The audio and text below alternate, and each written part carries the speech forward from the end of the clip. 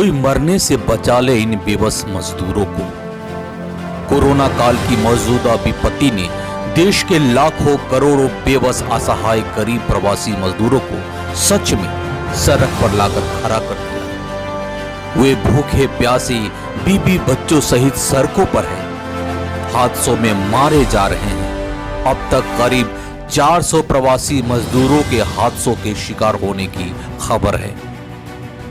घटना सहारनपुर मुजफ्फरनगर राजमार्ग पर हुई, जिसमें पंजाब से पैदल अपने घर बिहार स्थित गोपालगंज जाते प्रवासी श्रमवीरों को तेजी से आती हुई रोडवेज की बस ने पीछे से टक्कर मारकर बुरी तरह कुचल दिया, जिसमें कम से कम 6 मजदूरों की मौत हो गई और अनेकों अस्पताल में हैं। भारत से कैरिबियाई टापू और अफ्रीकी देशों में ले जाए गए मजदूरों के संघर्ष, यंत्रणा और बाद में उनके उत्थान और शिखर छूने की कई कहानियां देश और पूरा विश्व सुनता रहा है। लेकिन अपने ही देश में प्रवासी मजदूरों की दुर्दशा से हर एक संवेदनशील भारतीय दुखी है। हालांकि केंद्र और राज्य सरकारें मजदूरों को उनके घरों तक पहुंचाने का भरकस यत्न कर रही है, पर लगता है कि किसी स्तर पर अब भी अनेकों खामियां बची हैं। अब देखिए कि मध्य प्रदेश के गुना के पास एक सड़क दुर्घटना में उत्तर प्रदेश के 8 मजदूर मारे गए, 50 से ज्यादा घायल हो गए। वे सब एक ट्रॉलर में बैठकर घर लौट रहे थे। घायलों में कुछ की हालत अभी भी नाजुक है। इससे पहले बीते दिनों महाराष्ट्र के औरंगाबाद में बदनापुर करमांड रेलवे स्टेशन के पास मालगाड़ी से कटकर जान गंवाने वाले 16 प्रवासी मजदूरों की मौत की खबर से पूरा देश दहल गया था। अब उस घटना के कारणों की जांच हो रही है। उसके होने या न होने से क्या फर्क पड़ता है। हादसे में मारे गए मजदूर मध्य प्रदेश के रहने वाले थे। मजदूर जालाना में एक कंपनी में काम करते थे। लॉकडाउन की वजह से मजदूर यहीं फंसे रह गए और 5 मई को मजदूरों ने घर लौटने के बारे में सोचा, क्योंकि जहां वो काम करते थे वहां से हटा दिया गया था। कुछ दूर सड़क मार्ग चलने के बाद मजदूरों ने औरंगाबाद के रेलवे ट्रैक के पास चलना शुरू कर दिया। ये करीब 40 किलोमीटर पैदल चलने के बाद थोड़ा आराम के लिए रुके थे। थकने की वजह से रेलवे पटरी पर ही आराम करने लगे। उन्हें झपकी सी आ गई और ट्रेन उसके ऊपर से आगे निकल गई। कहने को तो गुना, औरंगाबाद, मुजफ्फरनगर और दूसरी अनेक घटनाएं हादसा ही है, लेकिन सरकारों को इसकी नैतिक जिम्मेदारी तो लेनी ही होगी। उन्हें बताना होगा कि ये हादसे क्यों हुए। उत्तर प्रदेश में मथुरा के पास भीषण सड़क हादसे के शिकार 7 मजदूर मध्य प्रदेश के छतरपुर जिले के थे। ये किसी तरह टेम्पो में भरकर लौट रहे थे। ये रास्ते में ट्रक ने टक्कर मार दी। इसके पहले एक ट्रक की छत पर सवार झारखंड के 2 प्रवासी मजदूरों की दुर्घटना में मौत हो गई। उसी तरह ओडिशा में मजदूरों को ला रही एक बस तेलंगाना में दुर्घटनाग्रस्त हो गई, जिसमें कई श्रमवीर मारे गए। ग्रेटर नोएडा में पंजाब से आगरा लौट रहे एक श्रमवीर ने भूख और गर्मी से सड़क पर ही दम तोड़ दिया।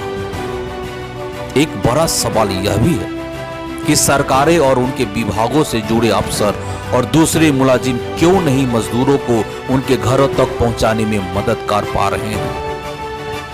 यह ठीक है कि सरकारी कर्मियों ने कोरोना वॉरियर्स की भूमिका को बेहतर तरीके से अंजाम दिया है। सारा देश इस सच्चाई से वाकिफ है, पर काफिलों में अपने घरों की तरफ बढ़ रहे मजदूरों का हादसों में मारा जाना दुखद तो है ही, उससे सरकारी तंत्र की कलई भी खुल रही है। क्या इन मजदूरों को सड़कों पर मरने के लिए छोड़ दिया जाए? आखिर मजदूर सड़कों पर निकले ही क्यों? क्या यह उस राज्य सरकारों की अक्षमता, लापरवाही और इन श्रमवीरों के प्रति संवेदनहीनता को नहीं दर्शाता, जहां से वे अपने गांवों की ओर चल पड़े? अगर बात भारत की 2011 में हुई जनगणना की करें तो देश में करीब 6 करोड़ प्रवासी मजदूर थे। यह संख्या अब काफी बढ़ चुकी हो। इन करोड़ों प्रवासी मजदूरों में 2 करोड़ प्रवासी मजदूर अकेले उत्तर प्रदेश और बिहार के ही हैं।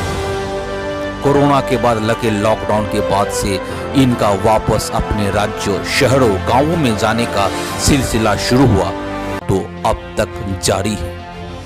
ये सैकड़ों किलोमीटर का सफर तय कर अपनी मंजिल की तरफ बढ़ रहे हैं। उनके पैरों में छाले पड़ गए। इनके साथ इनकी पत्नी और बच्चे भी हैं। कई गर्भवती महिलाओं ने सड़कों पर ही बच्चे को जन्म भी दिया और कुछ घंटे विश्राम के बाद नवजात शिशु को गोद में लेकर घर वापसी की यात्रा पर फिर निकल पड़े। इन्हें देखकर हर हिंदुस्तानी का सिर शर्म से झुक जाता है। आखिर यह देश बीते 70 सालों में क्या बना? देश ने इस दौरान कैसा विकास किया? हो सकता है कि देश में एक बार मिडिल और अपर मिडिल क्लास खड़ा हो गया हो, कुछ लोग करोड़पति और अरबपति भी हो गए हो, पर देश के गरीबों की हालत अभी भी नहीं सुधरी। उसके पास आज खाने को कुछ नहीं, वह तो दाने दाने को मोहताज है। देश ने आखिर पिछले 70 सालों में अपने गरीबों को हक देने के संबंध में कुछ क्यों नहीं सोचा? इन वक्त के मारे मजदूरों के बच्चों और औरतों की मुसीबत की कहानियां बयां करना भी आसान नहीं है। एक जगह बैठे हैं ना, एक जगह मिलना ना खाने के लिए उनको दिए। आप मत रोइए भैया, उनके लिए मिलना ना खाने, शांति से बैठे हैं। उनने फोन कर दिया, हाँ ये चाहिए वो चाहिए, उनके लिए आ जाएगा। हमारे लिए कौन सुनना है बताओ? यहाँ पे जाएंगे, यहाँ पे पुलिस वाले डंडे मारते, वहाँ ऐसे बंदे को इतना मारा, इतना को डाल दिया, उसे डंडे मार। जरा सोचिए कि इनके बच्चों को सुबह शाम दूध कौन दे रहा होगा। इन प्रवासी मजदूरों की औरतों के बारे में सोचिए, ये सुबह नहाए धोने के लिए कहाँ जाती होगी। इनमें से बहुत सी महिलाओं का मासिक धर्म भी चल रहा होगा। इन्हें सैनिटरी पैड कहाँ से मिल रहे होंगे। इन मजदूरों के ट्रक में कूदकर चढ़ने वाली तस्वीरों को देखकर कलेजा मुंह को आ जाता है। अब इन प्रवासी मजदूरों से हटकर शहरों, महानगरों के घरों में काम करने वाली घरेलू औरतों के बारे में भी जरा सोचिए। ये कुछ घरों का चूल्हा चौका करके अपनी गृहस्थी की गाड़ी तो चलाती थी।